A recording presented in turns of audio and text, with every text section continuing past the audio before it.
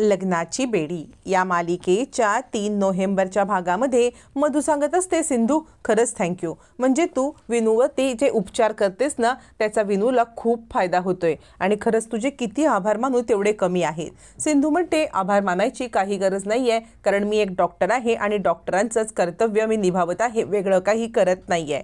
यावरती मधू म्हणते, म्हणजे सिंधू तू न चुकीचा समज करू नकोस, पण मी इंटरनेटवरती एक व्हिडिओ पाहिला होता एका डॉक्टरांचा, म्हणजे त्या डॉक्टरांना तुझ्यापेक्षा जास्त चांगलं समजते असं नाही मला म्हणायचं, पण त्यांचे उपचार पद्धतीनं मला खूप छान वाटल्या. सिंधू म्हणते, हे बघा, जर कोणत्याही उपचाराने विनूला बरं वाटणार असेल तर मला वाईट का बरं वाटेल? माझं काही ऑब्जेक्शन नाही, आपण त्या डॉक्टरांचा व्हिडिओ बघूया, त्यानुसार जर काही तशी माहिती असेल तर करूया. विनू बरा होणं हे माझ्यासाठी जास्त महत्त्वाचं आहे. असं म्हणत सिंधूसुद्धा आता तो कोणता व्हिडिओ आहे हे पाहण्यासाठी तयार होते.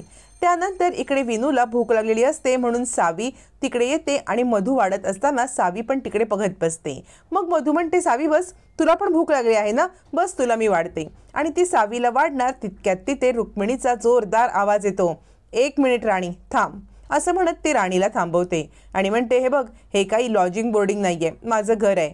ऐरागैऱ्या आल्या गेलेल्या प्रत्येकाला जेवायला वाढायला हे काही इथे खानावळ मांडलेली नाहीये. असं म्हणत आता रुक्मिणी खूप मोठा आघात करते आणि म्हणते, या घरामध्ये तू यांना आणलंस, या घरात यांना राहायला ठेवलंस, पण या घरातले माझे काही नियम अटी आहेत आणि ते नियम आणि अटी मान्य असतील तर आणि तरच फक्त ही या घरामध्ये राहू शकते. असं म्हणत इकडे आता रुक्मिणी खूप मोठा खुलासा करते. रुक्मिणीने खुलासा केल्यावरती आता मात्र सिंधू तिच्याकडे पाहत बसते. रुक्मिणी म्हणते, मी माझ्या एक एक करत अटी सांगेन, त्या अटी तुला मान्य असतील तर आणि तरच तू या घरात राहू शकतेस. सगळ्यात पहिली अट म्हणजे तुला टायमिंग दिला जाईल, त्या टायमिंगमध्येच या घराचा स्वयंपाकघराचा तू वापर करायचा, जे काही आहे ते या टायमिंगमध्येच करायचं. सिंधू म्हणते, या घराच्या स्वयंपाकघराचा मला वापर करण्याची गरज नाही आहे, मी इथलं काहीही वापरणार नाही आहे. याच्यावरती पुढे रुक्मिणी म्हणते, हे बघ, एक लक्षात ठेव, कुणाच्याही खोलीत जाताना तुला परवानगी घ्यावी लागेल, तू कुणाच्याही खोलीत जाऊ शकत नाहीस, आम्ही ज्या वेळेला इथे जेवायला बसतो त्यावेळेला तू जेवायला बसू शकत नाहीस. असं म्हणत एक एक विचित्र विचित्र अट आता रुक्मिणी सांगत असते. सिंधू फक्त हा अपमान विनूसाठी सहन करत असते. सिंधू मनातल्या मनात म्हणत असते, विनू फक्त तुझ्यासाठी. मग रुक्मिणी सांगते, माझी शेवटची आणि फार महत्त्वाची अट आता ऐक सिंधू. याच्यावरती रुक्मिणी पुढे म्हणते, हे बघ, जर तुला या घरात राहायचं असेल तर तुला 30,000 रुपये दर महिना भाडं द्यावं लागेल. आणि मग ती सिंधूकडे पाहते. सिंधू काही बोलणार तितक्यात रुक्मिणी म्हणते, मला माहिती आहे तू काहीतरी तोंड घालणारच, तू म्हणणार की तुला राघव आणि राणी या दोघांनी इथे थांबवलंय, पण त्याआधीच मी तुला उत्तर देते. हे बघ, त्या दोघांनी तुला इथे थांबवलं असलं तरी सुद्धा या घराची मालकीण मीच आहे आणि मालकीण मी असल्यामुळे तुला ह्या घरामध्ये पैसे दिल्याशिवाय अजिबात राहता येणार नाही. असं म्हणत इकडे रुक्मिणीने खूप मोठे खुलासे करत असते आणि त्यामुळे सिंधू थोडीशी गडबडते.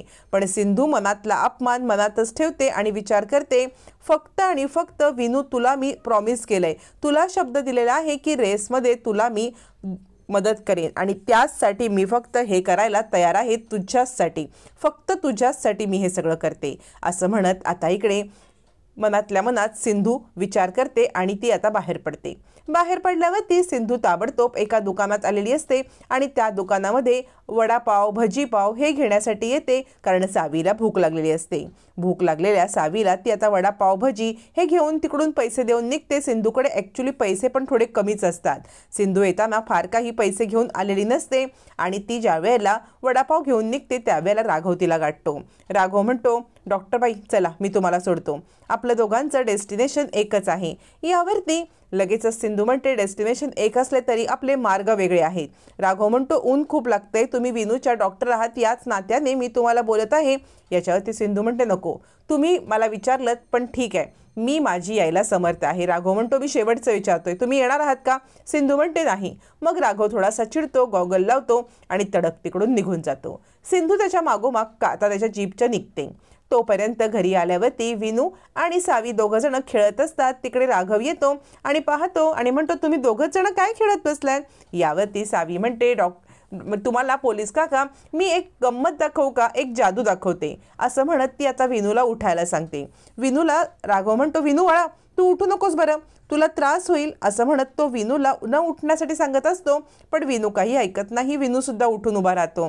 राघवला कळत नाही की नक्की काय चाललंय. विनू आता आपलं प्लॅस्टर पण काढतो आणि विनूला तडक उभा राहिलेला बघून राघवला मोठा धक्काच बसतो. राघव विचार करतो, हे काय, हे जादू झालीच कशी? राघव म्हणतो, बाळा ही तर जादू खूपच भारी आहे, पण ही जादू झाली कशी? विनू सांगतो, डॉक्टर काकूंनी माझ्यावरती उपचार केले आणि त्यामुळे हे सगळं घडलंय.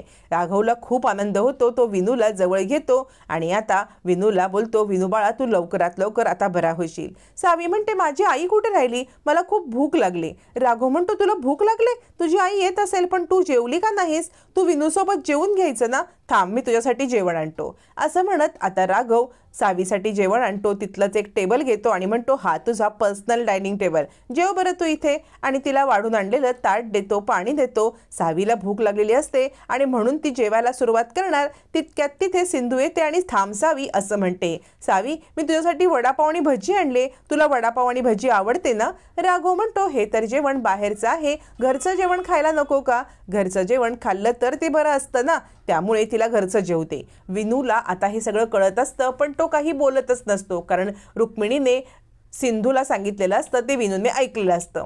तोपर्यंत सिंधू म्हणते, सावी बाळा ये ना मस्तपैकी वडापाव खा. सावी म्हणते, आई पण हे पण जेवण खूप टेस्टी आहे ग, मी जेवू का हे जेवण? राघव म्हणतो, जेव, तुला कुणालाही विचारायची गरज नाहीये. यावरती विनू म्हणतो, सावी तू जेव पटकन. आता इकडे सावीला जेवण आवडल्यामुळे सिंधू म्हणते, जेव बाळा, आणि ती सावीला जेवणाची परवानगी देते. सावी छानपैकी जेवण जेवते आणि समोर काही तमाशा करण्याची सिंधूची इच्छा नसते. मग सिंधू राघवच्या रूममध्ये येते आणि त्याला म्हणते, हे पैसे, मघाशी सावी ह्या घरात जेवली त्याचे हे पैसे. राघव म्हणतो, हे घर आहे, लॉजिंग बोर्डिंग नाही. याच्यावरती सिंधू म्हणते, हे बघा माझ्या मुलीला इथे हे माझं घर नाही आहे, त्यामुळे माझ्या मुलीच्या जेवणाचे पैसे मी देणारच. याच्यावरती राघव म्हणतो, ठेवा ते पैसे तुमच्याजवळ, मला त्याची काही गरज नाही आहे. पण सिंधू टेबलावरती ते पैसे ठेवून निघून जात असते. राघव म्हणतो, किती इगोइस्टिक आहेस तू, अजूनही तुझा इगो गेलेला नाही आहे. याच्यावरती सिंधू म्हणते, याला इगो नाही म्हणत, याला स्वाभिमान म्हणतात. माझा स्वाभिमान मी जपत आहे. राघव म्हणतो, तुझा स्वाभिमान, तुझा इगो, त्याचमुळे आज आपण या क्षणाशी येऊन ठेपलेलो आहोत. यावरती सिंधू म्हणते, माझा इगो आणि माझा हे तुमचा हट्टीपणा आणि तुमचा हे, तुम्हाला नाण्याची दुसरी बाजू समजूनच घ्यायची नसते. नाण्याची दुसरी बाजू समजून घेतलीत तर तुम्हाला समजलं असतं की नक्की काय घडलंय ते, पण तुम्ही नाण्याची बाजू समजून नाही घेतलीत आणि तुमच्या या स्वभावामुळे आज आपण या ठिकाणी आलेलो आहोत आणि या सिच्युएशनमध्ये अडकलो आहोत. असं मोघम उत्तर देत सिंधू तिकडून निघून जाते.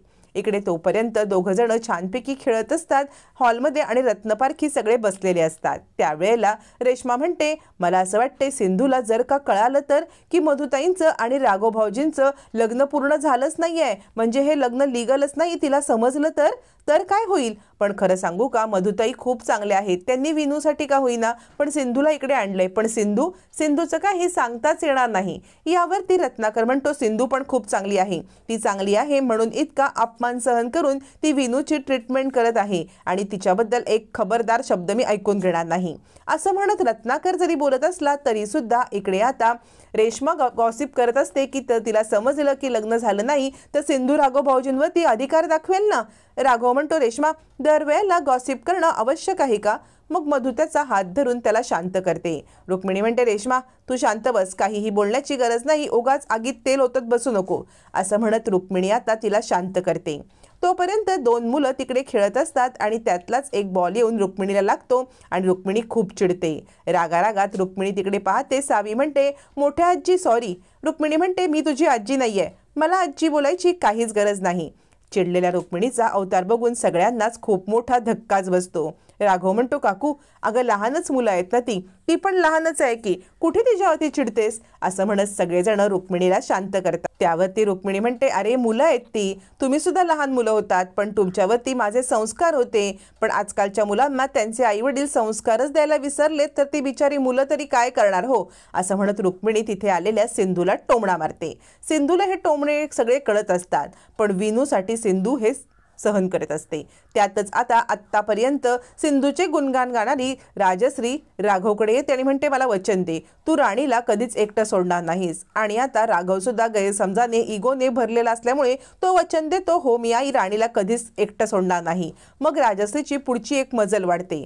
इकडे आता सावी सांगत असते, आई मला सांग ना तू, विनूचे आजी आजोबा किती चांगले आहेत, तू त्यांना असं का बरं बोलतेस, ते खूप चांगले आहेत, मला ते खूप आवडतात. आता सिंधू बिचारी काय बोलणार की हे तुझेच आजी आजोबा आहेत म्हणून. तोपर्यंत इकडे आता रात्रीच्या वेळेला राजश्री येते आणि म्हणते, राघव आजपासून राणी याच रूममध्ये राहणार. असं म्हणत राजश्री खूप मोठा गौप्यस्फोट करते. आता या सगळ्याला राघव नकार देणार का? आणि आत्तापर्यंत राघव आणि मधू यांचं लग्न झालं नाही आणि दोघांच्या मध्ये नवरा बायकोचं नातंच नाही हे सिंधूला समजणार. त्यामुळे मालिका पाहायला रंजक होणार.